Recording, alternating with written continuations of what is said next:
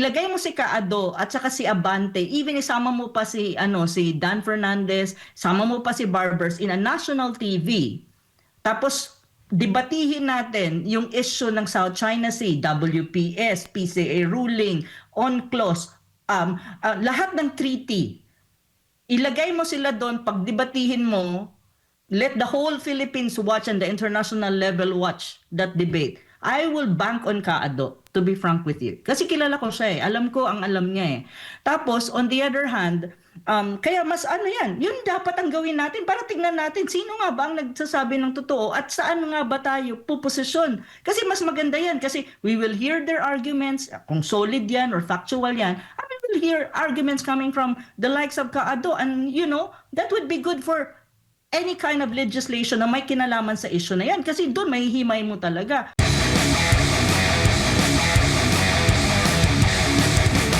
Mr. E.B. Hugalbot of Cebu City. Mr. Hugalbot, naniniwala ba kayo na pag-aari ng Pilipinas, yung mga water features na pinagtatayuan ngayon ng China, ng mga gusali, ng mga airstrip, anong masasabi nyo doon? Mr. Chair, no? You better tell your answer in an honest way or I will contempt you right now, Mr. Hugalbot. Oh my God. You were probably quoting the chair kanina, no? When he propounded that question to Kaado Paglinawan. I was actually monitoring the entire hearing and I was also invited twice. I was served a subpoena personally by the personnel of the PNP here in my town, in Liloan in Cebu. And I actually sent them also a reply na I'm based in Cebu. So if they can pay for my airfare, I would gladly be of help to them to attend, no? Pero hanggang ngayon walang reply eh. Lalo-lalo na ngayon this week 22,000 yung round trip ticket between Manila and Cebu, no? So hindi talaga ako I wasn't able to make it at hindi rin ako nila ni-reply. But going back to your question nga, no, MJ, no? Talagang yung kanina gusto talaga nilang ipagmukha sa mga Pilipino na ang mga intellectual, no, public intellectual katulad ni na Professor Ana at in this instance nga kanina si Kaado Paglinawan ay towing the China propaganda, and in fact there were times that they were insinuating that these people are being paid, no, by China, and that they are paid propagandists. No, I myself as well, no, and even Prof. Ana has been a victim of that accusation, no, and you know, maligning our person. Pero hindi talaga yan umubra kanina kay Kaado because Kaado has a more in-depth knowledge of what the real situation is on the disputed areas sa South China Sea. At kaya nga, nung nag-explain na si Kaado kanina, ay parang they were intimidated into submission, kaya kinut off na nila. Otherwise, mapapahiya talaga sila. And because I think Kaado was supposed to say na walang may-ari dyan, kaya nga disputed eh. Wala pang desisyon sino talaga ang may-ari. Ang Pilipinas ba? O ang China ba?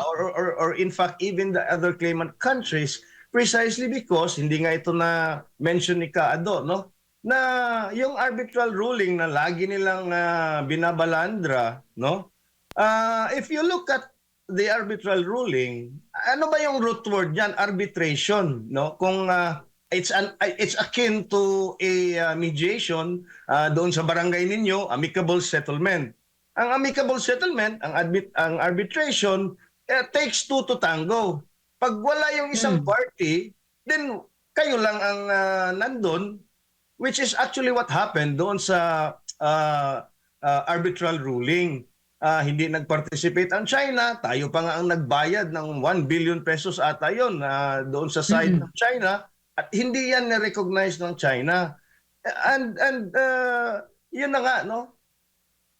Kasi dalawa ang involved na party in any conflict, no? And in any conflict, dalawa or more than two parties are involved. You have to put yourself in the point of view on the shoes of the other party.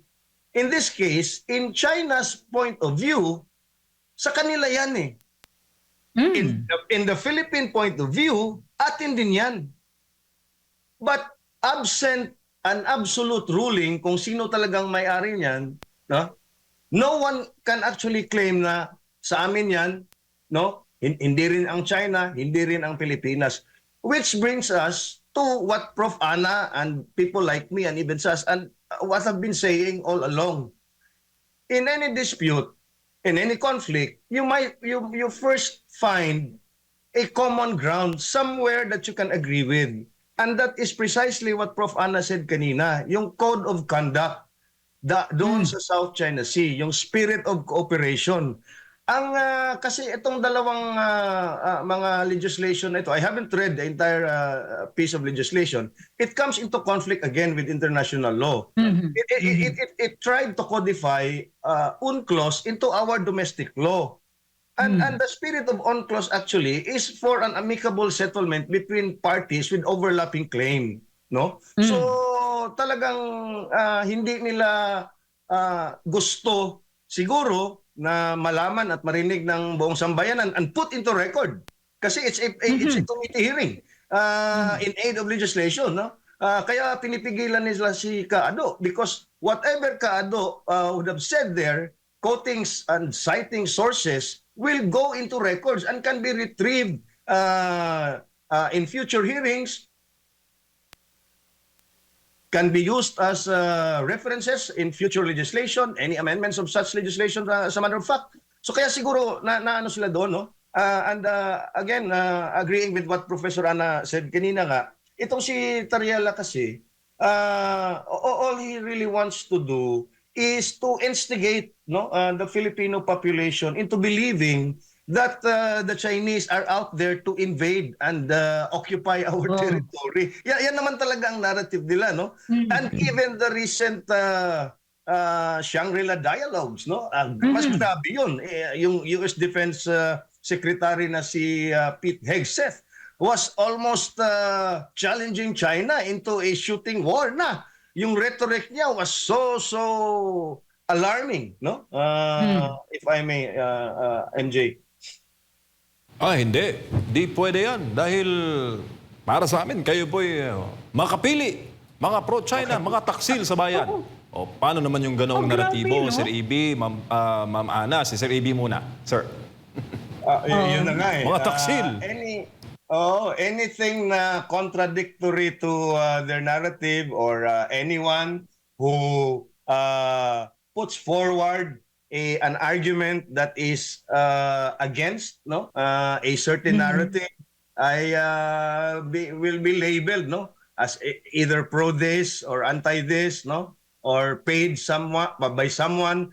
It comes with the hazards of the job. I think I myself have been named in Twitter as a Russia-trained Chinese paid propagandist, no?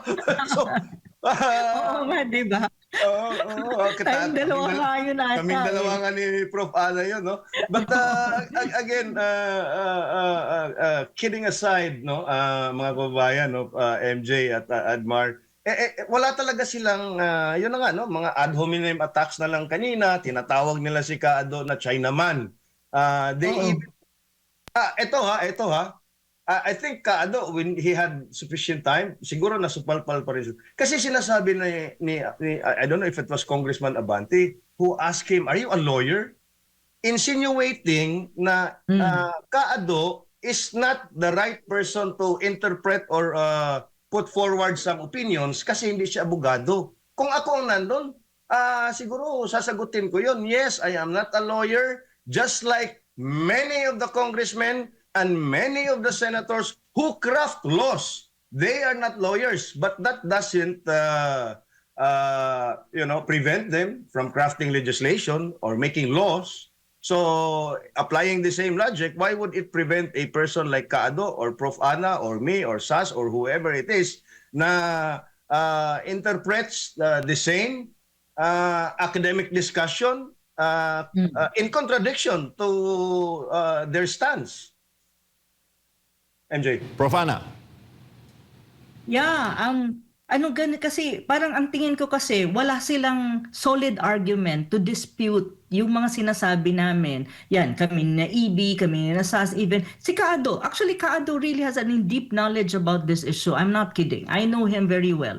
So, ang inaano ko dyan is wala na silang, di nila kayang i-dispute in a way na, makikipagdebate ka, you will lay down facts as against facts na sinasabi namin, or you can cite you can cite the PCA ruling, you can cite on clause provisions, and you can explain it. Hindi nila kaya eh. So they resorted to makapili ka Chinaman or something na ad hominem to eh. As congressmen, you resorted to that? So how do you look like to the public? So ibig sabihin, either hindi nila naiintindihan yung issue, hindi nila naiintindihan ng mga sinasabi ni Kaado, at ayaw nilang mag-cite si Kaado ng mga provision and i-explain niya kasi hindi nila naiintindihan, or they just really don't want to put it on record or marinig ng publiko, kasi kapag narinig ng publiko, lalo lang malalagay sila sa alanganin. So yun yung, kaya alam mo yung mga tipong makapili ka na para bang sandali muna, that's labeling. Paano mo naisip na makapili siya just because he has his own opinion or perspective about something which is not the same with yours? That does not make Kaado ang makapili. So yun yung tingin ko eh. They resorted to this ad hominems and name calling kasi wala na silang masabi at hindi rin nila siguro naiintindihan ng malalim yung mga sasabihin at pinagsasabi ni Kaado dun sa hearing. Kasi, come on, kung si Abante nga, tignan natin, ilagay mo si Kaado at si Kaaba, ito na lang, para lang ilagay mo si Kaado at saka si Abante, even isama mo pa si Dan Fernandez, sama mo pa si Barbers in a national TV. Tapos, debatihin natin yung issue ng South China Sea, WPS, PCA ruling, UNCLOS, lahat ng treaty. Ilagay mo sila doon, pagdebatihin mo, let the whole Philippines watch and the international level watch that debate. I will bank on Kaado, to be frank with you. Kasi kilala ko siya eh. Alam ko ang alam niya eh. Tapos, on the other hand, kaya mas yun dapat ang gawin natin para tignan natin sino nga ba ang nagsasabi ng totoo at saan nga ba tayo puposisyon. Kasi mas maganda yan kasi we will hear their arguments, kung solid yan or factual yan, and we will hear arguments coming from the likes of Kaado, and that would be good for any kind of legislation na may kinalaman sa issue na yan. Kasi doon mahihimay mo talaga. But why is it that they're not doing it? Instead, they're trying to reprimand a person who's trying to explain earlier. So yun yung sinasabi ko. O ilagay mo na rin ng si SAS. Ako rin, sige, mag-participate. Si EB mag-participate dyan sa grand debate. Why not, di ba? This is good for the public. This is good for the Filipino people. Why not do it something like that rather than having a TRICOM na controlled nila controlled nila eh. Pag hindi ka nila pinagsalita, hindi ka makapagsalita, tapos mamaya pag hindi nila nagustuhan, makontempt ka pa. It's just so good na I think that was the last hearing, I think, for TRICOM, kasi nga magsasara na ang 19th Congress at papasok na ang 20th Congress. So in a way, hindi na nila siguro makontempt si Kaado. Pero feeling ko kung may oras pa, delikado si Kaado. Baka si Kaado na-detain sa HOR. Pero ready yan si Kaado. Ready siya sa mga ganyan. Yeah. Opo. Nais ko lang ipunto din na Ma'am Ana and si EB yung theory, no? Yung rally round the flag effect, no? Yung concept na ito na lumilika ng isang external issue to unite the people, kasi pag external, nagkakaisa ang mga mga mamamayan ng isang bansa rallying behind at winawaksi yung mga internal disputes at mga internal na mga hindi pagkakaunawahan sa isang nasyon kagaya po ng sa Pilipinas. For a common enemy which is external. Ito ba ay nakikita ninyo ngayon sa mga panahon para malihis yung mga issue natin, mga problema natin sa krisis, tumataas na crime rate, yung patuloy na paghihirap ng mga Pilipino, pagmahal ng mga bilihin, so on and so forth. Prof. Ana. Sa akin kasi, ang tingin ko kasi sa South China Sea talaga, it's like at diversionary issue or ginagamit din nilang diversionary tactic para ang pag-iisip at atensyon ng mga Pilipino ay imbis na doon sa domestic na mga nangyayari sa Pilipinas na kailangan tugunan at bigyan ng pansin ng gobyerno, ng House of Representatives, ng Senado at yung mga politika, yung gitgitan ng sa politika, imbis na nandun yung atensyon ng mga Pilipino, sinishift nila to South China Sea issue, which is an external and a regional issue. And at the same time, I think they're banking on the fact na kapag pinag-usapan ito, magkakaroon ng tinatawag mong tataas probably ang trust rating ni Romualdez, tataas ang trust rating ni Tarela, at tataas ang trust rating ni Presidente. I don't think so. Because to be honest, ang mga Pilipino right now, para sa kanila, parang, again, South China Sea again. Ganun na ang reaction nila. Again, South China Sea again. Kasi bakit?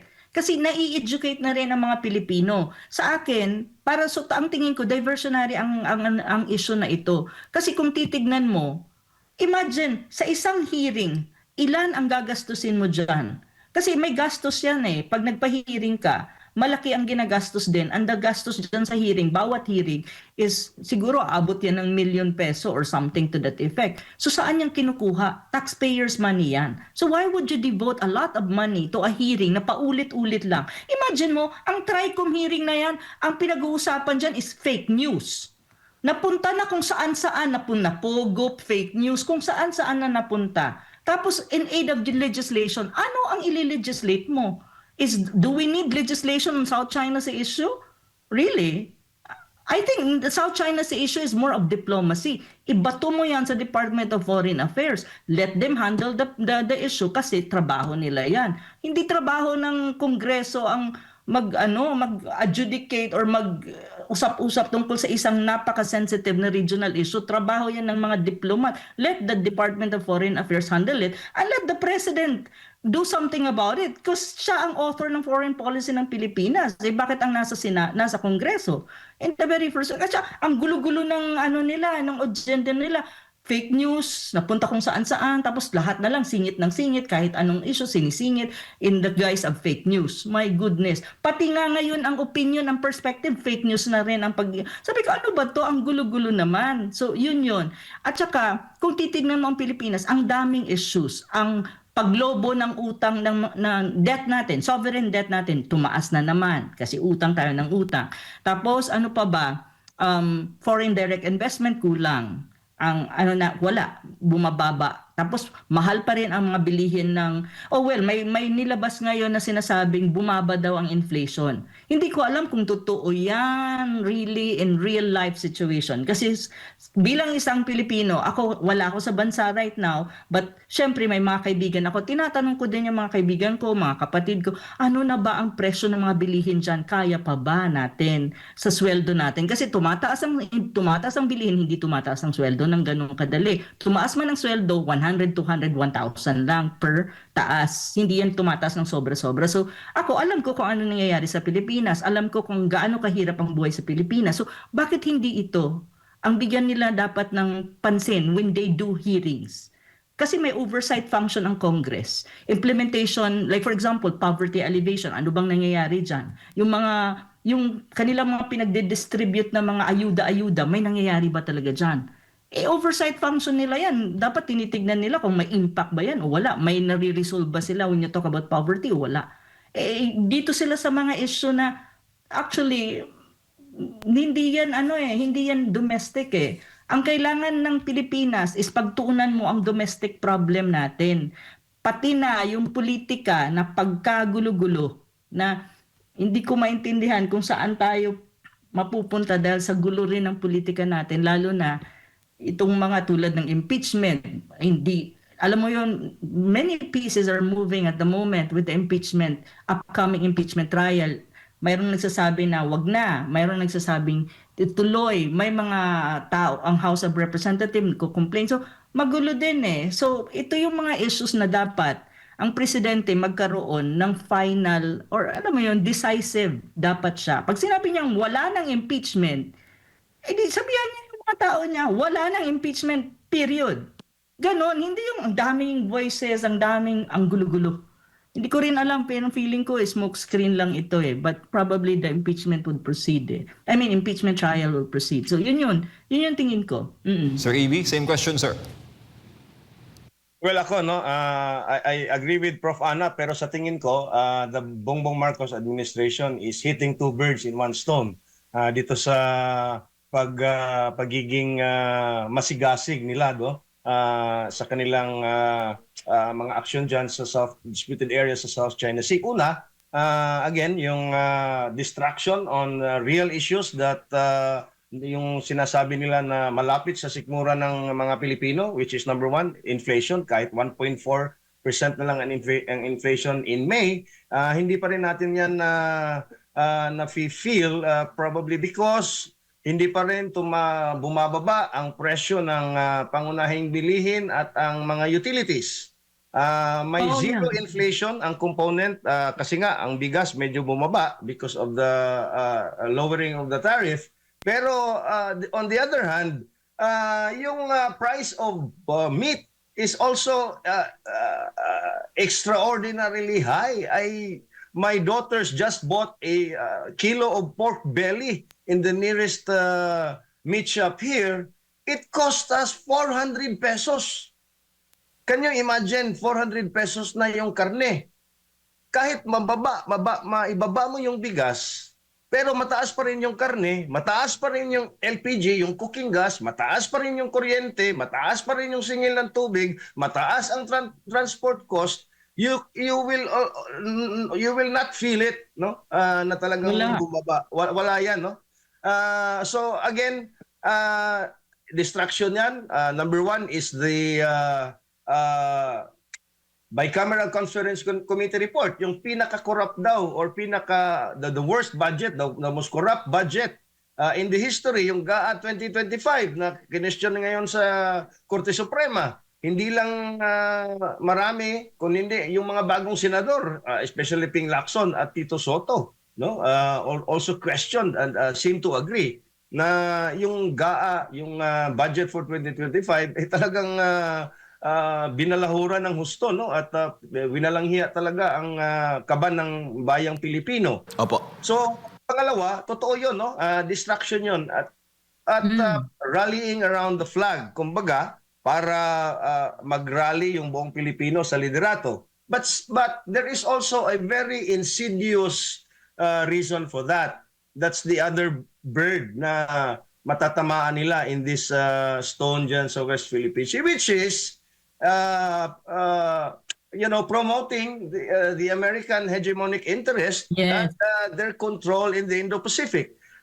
Probably because they want to use the Philippines as a leverage against China. At kung titingnan ninyo geographically, yan lang talaga ang purpose ng Pilipinas sa mga Amerikano. Because if you have heard the speech of Pete Hegseth, yung mga Amerikano na yan have no interest na may kapayapaan sa South China Sea. Did you ever hear the Americans say, "Oy, China, Philippines, sit down, I will mediate. Mag-dialogue kayo." O, di ba? Wala. Anong ginagawa? Nagbibenta ng mga modernong mga armas, no? They are escalating now to a Cold War-like arms race dito sa Indo-Pacific. Nababahala ang China, nababahala ang North Korea. Even Russia is already alarmed by this increasing presence of NATO navies now na kung saan-saan na lang tayo nakikipag-agreement dyan. You have the Australia, the Ukraine, yung pag-express natin ng support sa Ukraine. I mean, we are actually, tama yung isang Chinese officer doon na nagtanong sa Shangri-La Dialogues na iniskierda ni Gibo Teodoro na tinanong siya, is the Philippines a proxy in the Indo-Pacific just like Ukraine is in Eastern Europe? Sinabi niya, thank you for the propaganda skills, no? So yung bang mga tipong ganon, katulad din sa TRICOM, pag hindi na nila kayang pag-usapan at debatehin yung mga issue na binabato sa kanila, nag-ad hominem attack na sila, no? At totoo yung sinabi ni Prof. Ana kanina at alam nyo if you remember 2024, merong isang survey, 77% of all Filipinos favor military action against China sa South China Sea. At some point, it increased to about 80%. Nasaan na ngayon yan? In 2025. Not even in the election surveys, the pre-election surveys, nasa panghuli yan eh. The top 5 concerns of the Filipino, ordinary Filipino, is number 1, food security, lower prices of goods, crime rate, affordable, accessible healthcare, affordable, quality education. Lahat yan ang top concerns ng mga Pilipino. Hindi ang South China Sea dispute. It's way below the concerns. Election to So ang mga tao talagang interesado sila na maipalabas, no? Kaya it reflected on the top 5 na results in the senatorial elections. Because number 1, Bongo is healthcare, affordable, accessible, 'di ba? Bam Aquino supposedly quality and affordable education sa free tertiary education. Bato is criminality and the rise again on peace and order of illegal drugs. You have Marcoleta, who is a very passionate about power cost and yung the revision Electricity. of the electricity cost, no? So nag-reflect yun. You have Kiko Pangilinan, who has already agriculture na yung kanyang plataforma. So wala yan sa concern ng mga Pilipino. Ewan ko kung bakit talaga nila gustong ano ba ang tawag dito? They want to shove it down our throats, no? Na kesyo ito ganyan yung mga incheck, yung ating teritoryo ay kukunin na nila, they are going to occupy this, occupy. Look, we have you have the BCM, the bilateral consultation mechanism for the South China Sea. It was activated. After the activation, meron pa bang problema yung ating rotation and resupply mission sa BRP Sierra Madre sa Ayungin Shoal? Meron ba tayong nabalitaan na water cannoning or any confrontation? Wala. Wala na. Ang mga confrontations ngayon is from another location away from Ayungin Shoal. So bakit yung Ayungin Shoal ngayon tahimik? Kung walang resupply mission yun, magugutom na at mamamatay na yung mga tauhan natin doon. Pero bakit it is continuing without any confrontation, no? Or without any glitches, 'di ba? So meaning dialogue works, diplomacy works. If you sit down and you agree on this, kahit you disagree on something else, yun ang path to peace, no? Again, I go back to the Hegseth speech, no? So sa Shangri-La Dialogues. Ito talaga yung mga war hawks, no? In order for us to achieve peace, we have to prepare for war. Yun ang nila eh. Yun talaga ang kanilang slogan, Opo. no? So delikado talaga tayo.